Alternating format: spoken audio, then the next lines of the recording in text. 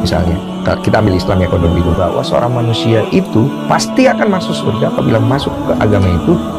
Jaminan untuk orang itu masuk ke dalam surga atau tidak memang hak prerogatif Allah Subhanahu wa taala. Assalamualaikum warahmatullahi wabarakatuh. Alhamdulillah wassalatu wassalamu ala Rasulillah wa ala alihi wa ashabi wa mawalah amma ba'd.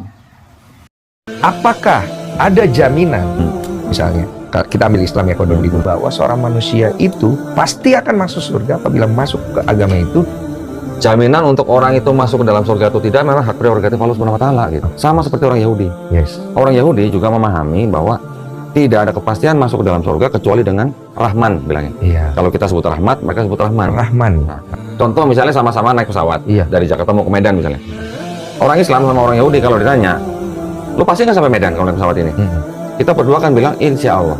Kalau Kristen lu ditanya, lu pasti nggak sampai Medan? Iya. Orang Kristen dengan akidahnya bilang, gua pasti sampai Medan. Oke. Jadi kalau kita orang Islam, kita tahu ajaran kita tahu perintahnya bagaimana, kita tahu larangannya bagaimana, kita menjalankan, kita tahu rukun Islam, kita tahu rukun iman, kita jalanin semua. Tapi kalau ditanya, lu bakal masuk surga nggak?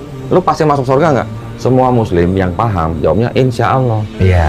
Nah, itu bentuk daripada keberserahan diri kita. Bismillahirrahmanirrahim. Kemudian inilah rukun-rukun sholat. Yang pertama niat, yang kedua berdiri bagi yang kuasa, takbiratul ihram, baca surah Al-Fatihah pada tiap rakaat, ruku dengan tumak ninah atau diam sebentar, i'tidal setelah ruku dengan tumak ninah, kemudian sujud 2 kali dengan tumak ninah, duduk di antara 2 sujud dengan tumak ninah atau diam sebentar, duduk tasyahud akhir, membaca tasyahud akhir, kemudian membaca sholawat Nabi pada tasyahud akhir, kemudian membaca salam yang pertama, kemudian tertib. Kurang lebih ada 13 daripada rukun sholat. Pertama adalah niat. Kita sudah mengetahui bahwa tempatnya niat ada di dalam hati. Imam Syafi'i telah menerangkan bahwa niat sholat fardu harus ada 3 maksud. Qasdu, maksud, ta'yin, tentu, dan fardiyah menyatakan kefarduan. Qasdu seperti aku niat sholat, itu qasdu, bermaksud. Ta'yin menentukan zuhur, asar, maghrib, isya atau subuh. Kemudian fardiyah sebagai kewajiban. Contoh buat kita dalam hati, aku niat sholat zuhur fardu karena Allah. Ini sudah sah. Bahasa Arabnya usolli fardul maghribi lillahi ta'ala. Jadi usolli ini namanya al-qasdu. Kemudian ada fardu itu fardiyah, maghrib adalah ta'yin menentukan, maghrib, isya, subuh. Jadi kalau kita ini berniat itu di dalam hati, kan di dalam hati niat. Kalau dilafadzkan itu supaya menolong kata-kata kita di dalam hati. Menolong niat itu dengan diucapkan. Seperti kalau Rasulullah melaksanakan ibadah haji, labbaik Allahumma hajjan, labbaik Allahumma umratan, itu diucapkan, niatnya di dalam hati. Ini sholat pun niatnya tetap di dalam hati. Kalau hatinya tidak niat maka tidak sah sholatnya. Jadi sholat ini dengan niat. Kata Imam Syafi'i 3, ada qasdu, fardiyah dengan ta'yin, atau qasdu, ta'yin, fardiyah. Usolli fardhu dhuhri lillahi ta'ala, itu sudah sah ya, sudah sah. Walaupun misalnya kita diajar di kelas-kelas yang pertama ya, usolli fardhu dhuhri, aku sholat fardu dhuhri arba'a raka'atin, 4 rakaat, mustaqbilal kiblati, menghadap kiblat, adaan makmuman, misalnya melaksanakan sebagai makmum, atau adaan imaman lillahi ta'ala, Allahu Akbar, lillahi ta'ala karena Allah SWT, Allahu Akbar. Maka itu misalnya kepanjangan cukup dan usolli fardu dhuhri lillahi ta'ala, itu sudah jadi. Jadi niat itu dalam hati pakai bahasa apa saja boleh. Karena kita ingin ngambil berkah seperti Rasulullah SAW, maka berkahnya dengan bahasa Arab. Kan itu ada perintah ta'allamul arabiyyata wa 'allimuhan nas. Belajarlah bahasa Arab dan ajarkanlah kepada manusia. Bahasa Arab itu adalah bahasa surga. Kemudian yang kedua, takbiratul ihram. Disebut takbiratul ihram karena ada akbarnya ya.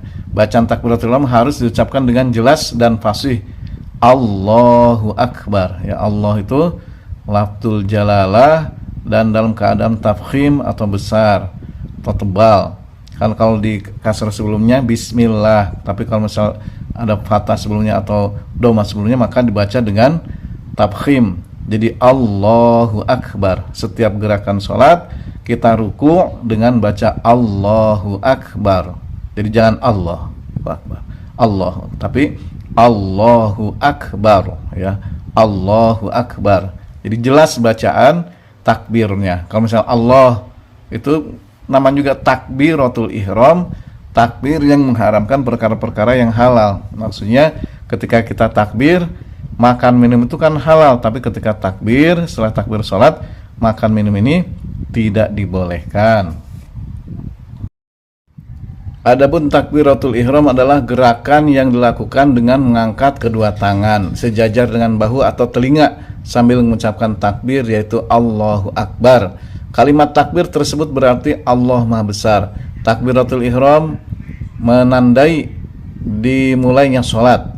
Gerakan takbiratul ihram yang benar dijelaskan dalam hadis yang diriwayatkan Abdullah bin Umar radhiyallahu anhu, yang artinya aku mendengar Rasulullah SAW membuka takbir dengan sholat. Kemudian beliau mengangkat kedua tangannya ketika bertakbir hingga menjadikan keduanya sejajar dengan kedua bahunya. Bila Rasulullah SAW bertakbir untuk ruku, beliau melakukan hal yang sama. Jika beliau mengatakan Sami Allahu liman hamidah, beliau melakukan hal yang sama, kemudian mengatakan Rabbana lakal hamdu. Namun beliau tidak melakukan hal itu ketika bersujud dan tidak pula ketika bangun dari sujud. Inilah dasar hadisnya, bagaimana takbiratul ihram itu diiringi dengan mengangkat kedua tangan sampai bahu, riwayat lain sampai ke telinga. Selanjutnya berdiri bagi yang puasa atau yang mampu. Rukun ini mengharuskan seorang muslim untuk melaksanakan sholat dengan posisi berdiri secara tegak, kecuali jika ada alasan yang sah seperti sakit atau kondisi fisik yang tidak memungkinkan. Bagi orang yang tidak mampu berdiri, diperbolehkan untuk sholat dengan duduk atau dalam posisi lain yang memungkinkan sesuai dengan kondisi fisik masing-masing, tanpa mengurangi kekhusyuan dan tata cara sholat itu sendiri. Sunnah membaca doa iftitah, yaitu Allahu Akbar kabira walhamdulillahi katsira wa subhanallahi bukratan wa asila, inni wajjahtu wajhiyal ladzi fataras samawati wal arda hanifan musliman wa ma ana minal musyrikin, inna sholati wa nusuki wa mahyaya wa mamati lillahi rabbil alamin la syarika lahu wa bidzalika umirtu ana minal muslimin. Ini doa iftitah yang biasa banyak digunakan di Indonesia. Ada juga Allahumma ba'id baini wa baina khotoyaya kama ba'adta bainal masyriq wal maghrib, Allahumma naqini min khotoyaya kama yunqal abyad minad danas, Allahumma agsilni khotoyaya bil ma'i wassalji wal barad. Atau doa iftitah subhanakallahumma wa bihamdika wa tabarakasmuka wa ta'ala jadduka wa la ilaha ghairuka. Itu biasa oleh mazhab Imam Hanafi. Itu semuanya diperbolehkan, dan itu merupakan hukumnya sunnah, bukan rukun atau bukan kewajiban dalam melaksanakan bacaan-bacaan sholat. Adapun artinya adalah Allah Maha Besar dengan sebesar-besarnya, segala puji hanya bagi Allah dengan pujian yang sangat banyak. Maha suci Allah di waktu pagi dan petang. Sungguh aku hadapkan wajahku kepada Allah yang telah menciptakan langit dan bumi dengan segenap kepatuhan atau tunduk, dan aku tidak termasuk dari golongan orang-orang yang menyekutukannya. Sungguh sholatku, ibadahku, hidupku, matiku karena Allah Subhanahu wa Ta'ala yang mengurus seluruh alam. Dengan demikian itulah aku diperintahkan, dan aku adalah termasuk orang-orang yang muslim atau orang-orang yang berserah diri. Selanjutnya dalam rukun sholat adalah membaca surah Al-Fatihah dengan benar atau sesuai dengan ilmu tajwid, ayat pertama sampai ayat ke-7. Kalau misal rakaat pertama, sunnah membaca ta'awud dulu. Kalau kedua ketiga langsung ke lafaz bismillah. Kalau sebelumnya a'udzu billahi minasyaitonir rajim, bismillahirrahmanirrahim, alhamdulillahi rabbil alamin, Ar-Rahmanir Rahim, Maliki Yaumiddin, Iyyaka na'budu wa iyyaka nasta'in, Ihdinas siratal mustaqim, Siratal ladzina an'amta 'alaihim, ghairil maghdubi 'alaihim waladdallin. Amin. Itu dibaca dengan tartil supaya diterima oleh Allah Subhanahu wa taala. Kemudian sunnah membaca surah yang pendek atau ayat Al-Qur'an jika surah Al-Fatihah telah selesai dibaca, itu di rakaat pertama dengan rakaat kedua. Setelah baca Al-Fatihah sampai waladdallin, maka kita membaca salah satu surah dalam Al-Quran. Bagusnya surah yang langsung khatam, misalnya Al-Fatihah, kemudian misalnya baca Qul Huwallahu Ahad, kemudian namanya taroki ke bawah, kemudian Qul A'udzu birabbin nas atau Qul A'udzu bil falaq atau Qul A'udzu birabbin nas. Misalnya dari Alhaakumut Takatsur, sunahnya langsung ke bawah, boleh ke wal asri atau ke Qul Huwallahu Ahad. Jadi jangan dibalik, rakaat pertama Qul Huwallahu Ahad, rakaat kedua misalnya Alhaakumut Takatsur. Maka itu nanti takutnya hati kita dibalikan oleh Allah Subhanahu wa taala. Ada hadisnya. Jadi takutnya lihat batil jadi hak, lihat hak jadi batil, karena sering membolak-balikan susunan ayat Al-Qur'an.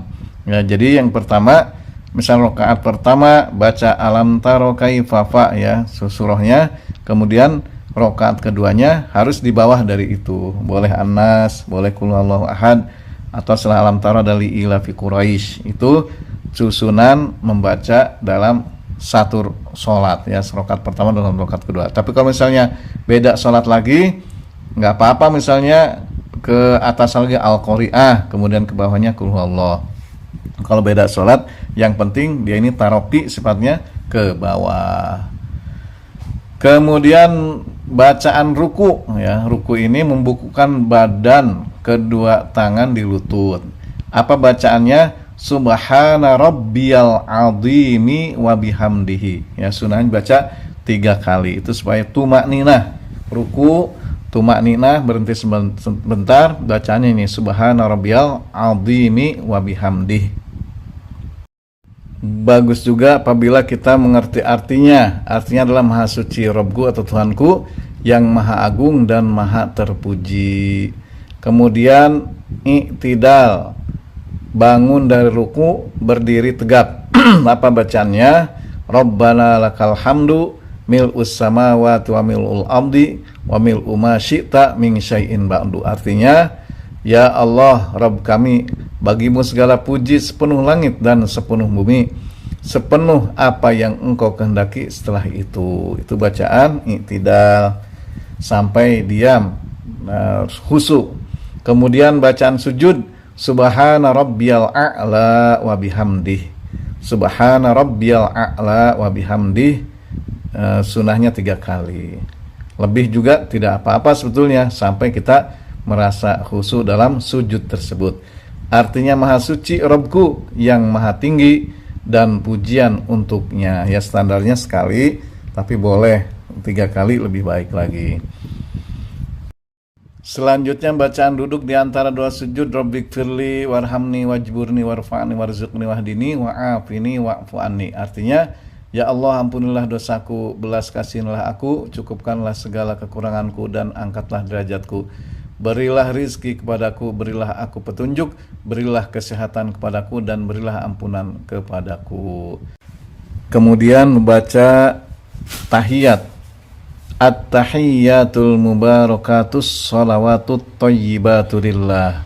Assalamu alayka ayyuhan nabiyyu wa rahmatullahi wa barakatuh.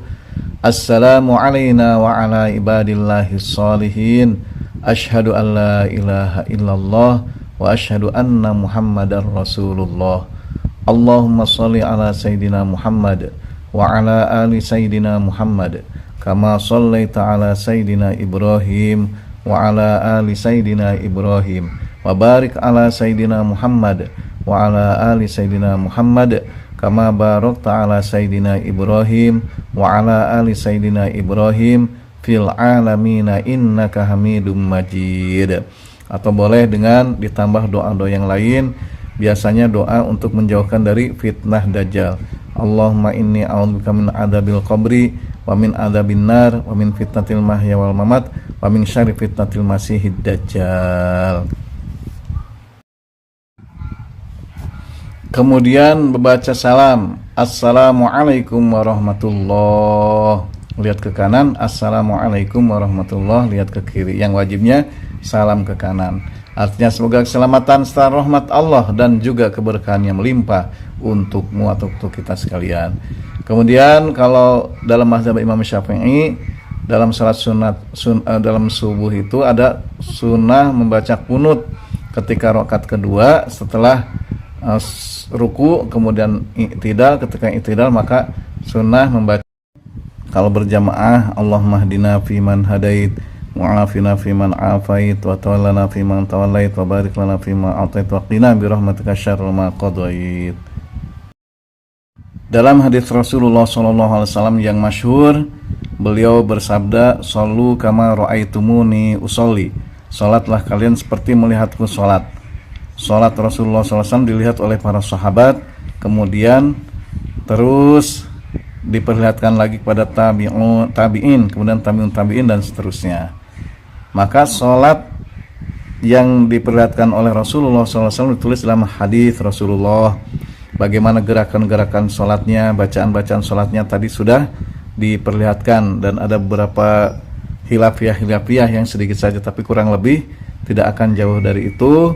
Kemudian setelah mempelajari gerakan sholat, bacaan sholat, kemudian kita melaksanakan tata cara yang contohkan Rasul sholat berjamaah bagi laki-laki.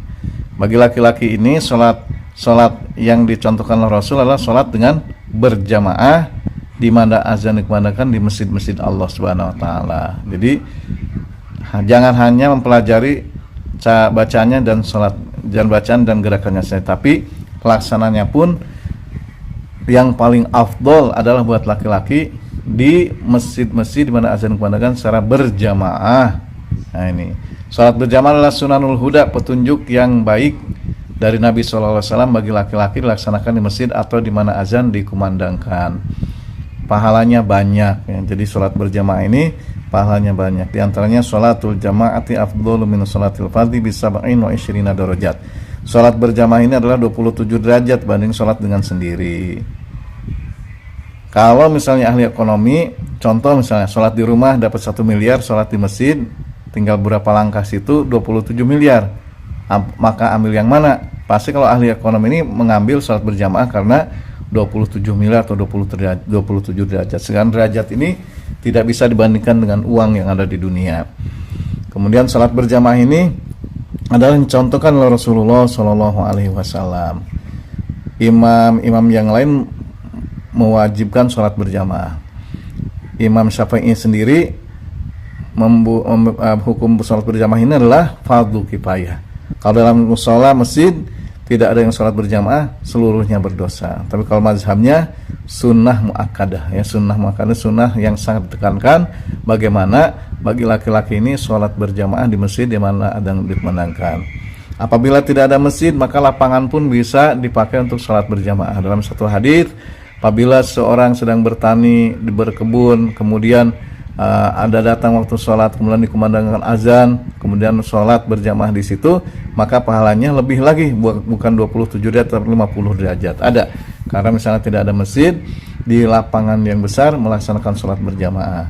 Sholat berjamaah ini semakin banyak jamaahnya, semakin dicintai oleh Allah Subhanahu Wa Taala.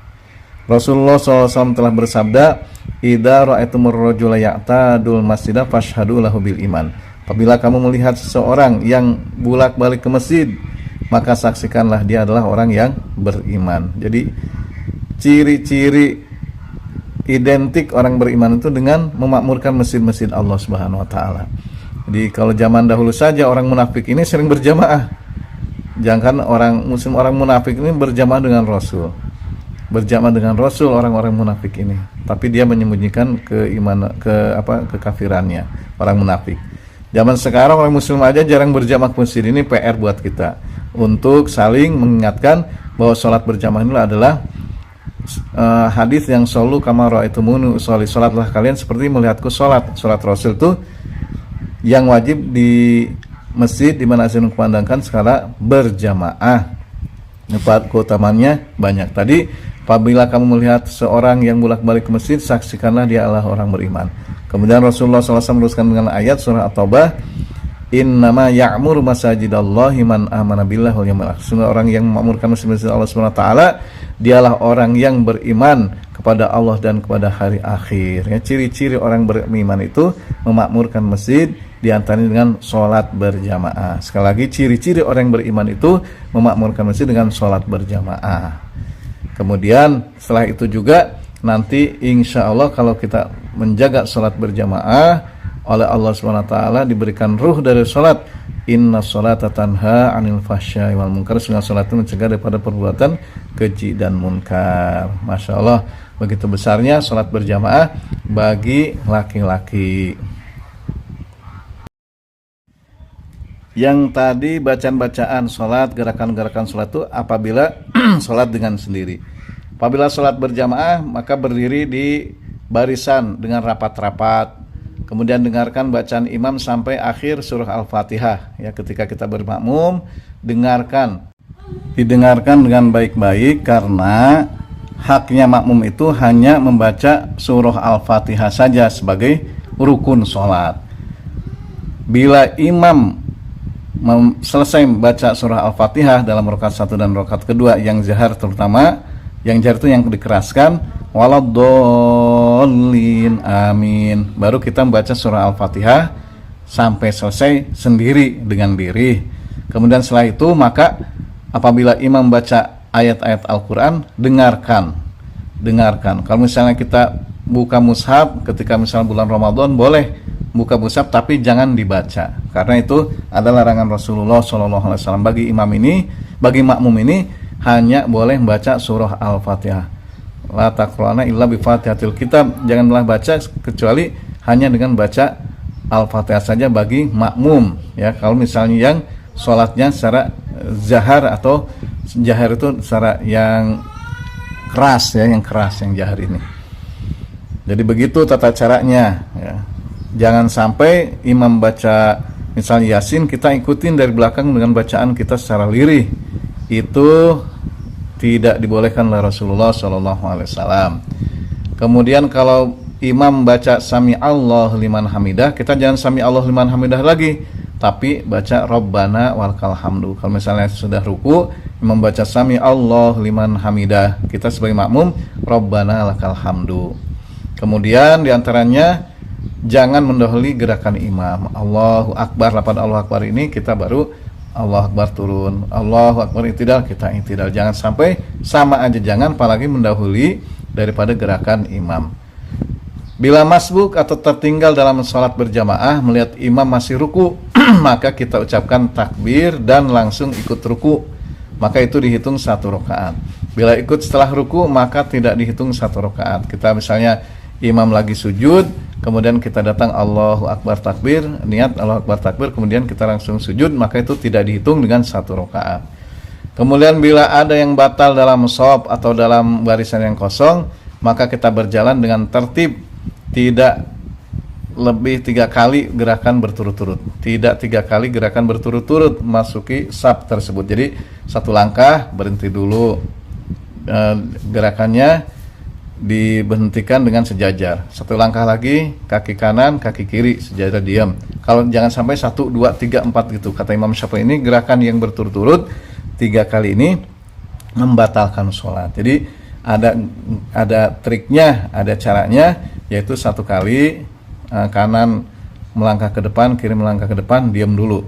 Maka itu dihitungnya hanya 2 kali langkah, 2 gerakan. 1 langkah, 1 langkah lagi, 2 gerakan. Jadi tidak berturut-turut.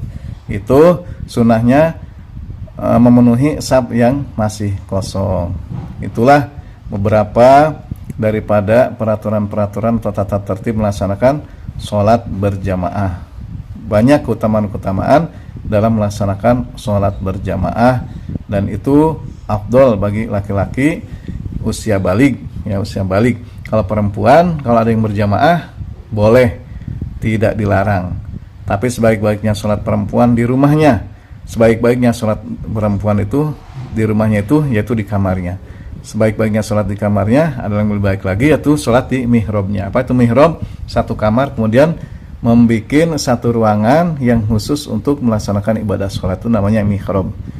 Demikian, benar dari Allah SWT, salah dari kebodohan pribadi. Wallahu a'lam bishawab. Billahi fil fisabil haq. Wassalamualaikum warahmatullahi wabarakatuh.